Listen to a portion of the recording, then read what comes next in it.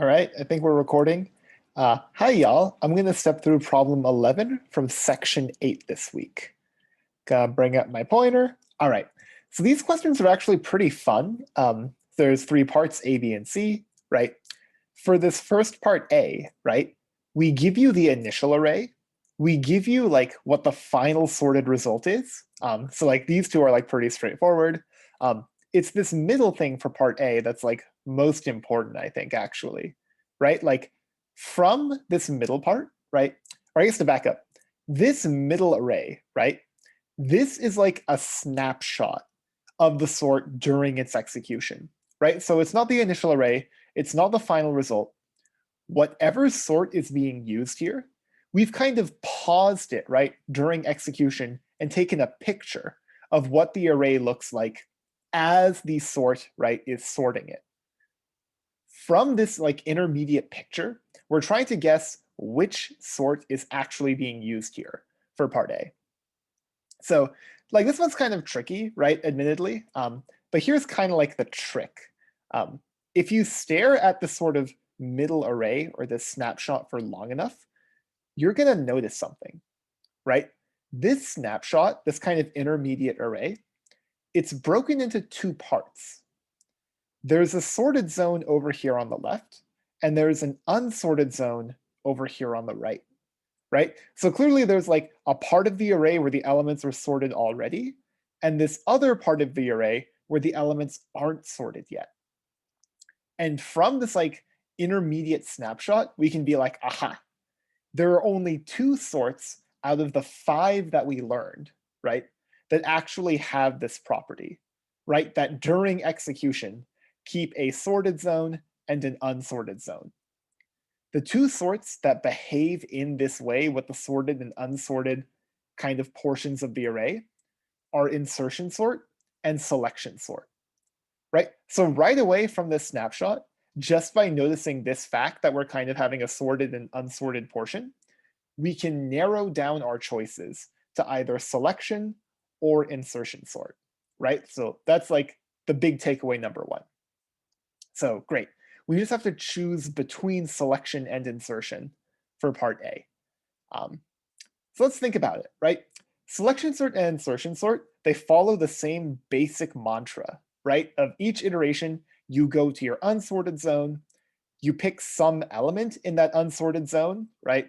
However you want to do that, and then you add it to the sorted zone over here on the left, right? And again, like exactly how you pick the element from the unsorted area to add to the sorted area, that's like kind of like the details of each of like selection and insertion.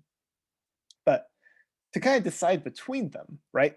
Let's look at this sorted zone over here on the left. Inside the sorted zone, right, I want y'all to notice something. The numbers here are sorted, like, yeah, like 0, 2, 4, like it's definitely sorted, right?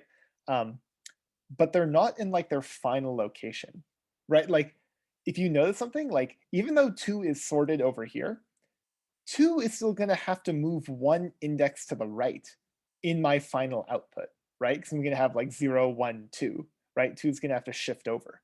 And 4 is also gonna have to move.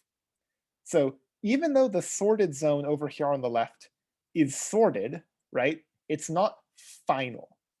Things are still going to shift around within the sorted zone on the left as I run the sort. They're going to have to, right, just from this snapshot that I'm looking at here. So why is this important, right? Like, why would that help us decide whether this is insertion or selection sort? Well, I want y'all to remember how insertion sort actually works, right? The way insertion sort works is each iteration, right, you pick up the next element in the unsorted zone, whatever it is, and you slide it over into its correct place in the sorted zone. As you do this, stuff that's already in the sorted zone might actually get shifted around and pushed out of the way, right? Stuff in here may have to move, right, to make room for the next element that you're adding. For example, if this was like a -3 instead of a 7, then I would have to push past these 3 elements, shoving them out of the way to add -3 to the very front. So that's kind of all we need to figure out part A. We know, just to recap, from this like sorted zone, unsorted zone breakdown, that this is either selection or insertion, right? And we know that insertion sort actually allows the sorted zone to like shuffle around during the sort, right? Which is what we're gonna have to do here from the snapshot. So that's why this one has to be insertion sort. Um, if you're confused why it's not selection sort, I think part B will be really helpful. Part B is like almost identical, really, except for like the snapshot, right? Duh.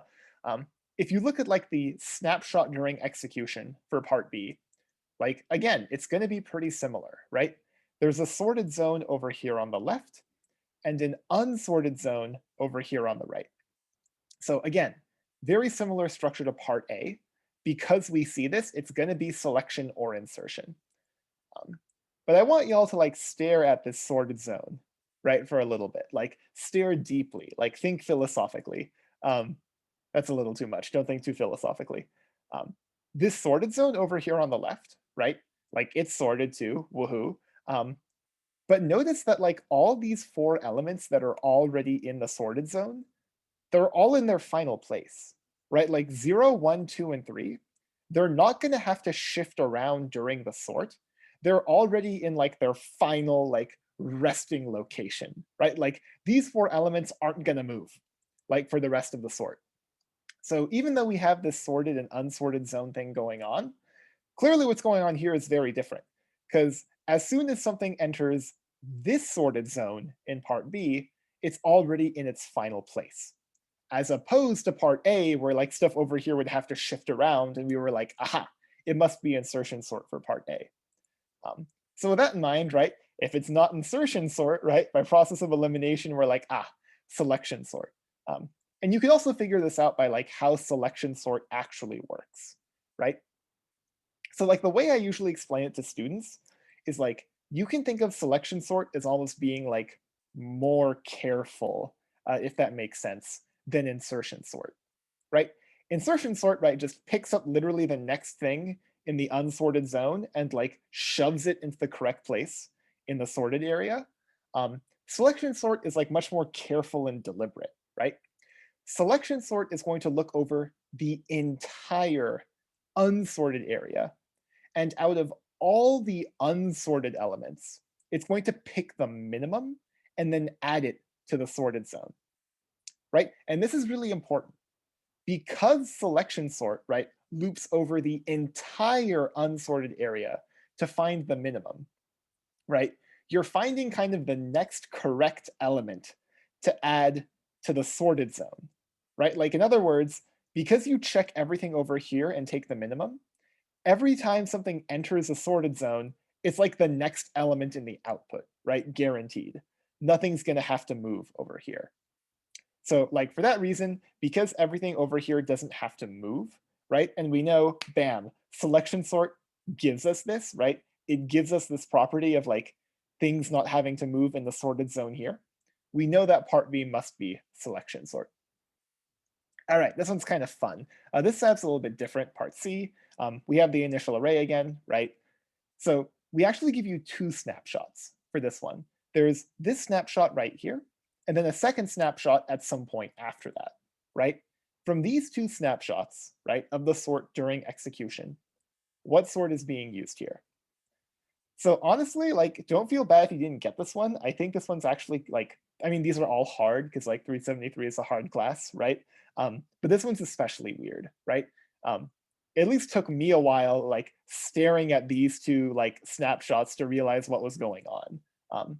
But if you stare like very deeply at them, right, and you just kind of like meditate on them for a while, you might notice this pattern, right? Where like in the first snapshot, right, you can kind of pick out these four sorted subarrays within the array, right? It's kind of weird, right? There are four kind of sorted chunks within this first snapshot array. And then by the time I get to the second snapshot array, right, something weird has happened. This array and this array from the first snapshot have merged into a bigger sorted subarray. And these two subarrays from the snapshot have merged into another bigger, right, sorted subarray. What's going on here? Well, the operating term I just used is merge, right? Like the only sort we've seen out of the 5 we learned that like has this behavior of take smaller array, merge it into a bigger array. Like the only sort we've seen that like behaves in this way is merge sort, right? So this has got to be a merge sort operation that we're looking at. In fact, right, if you actually like ran this one more step, this subarray and this subarray would then merge into like one big sorted array, and that would in fact be your final output from the merge sort. Anyway, that's problem 11. It's a super fun problem. Hopefully this is informative, and please enjoy the rest of the videos in this playlist. Stop recording now.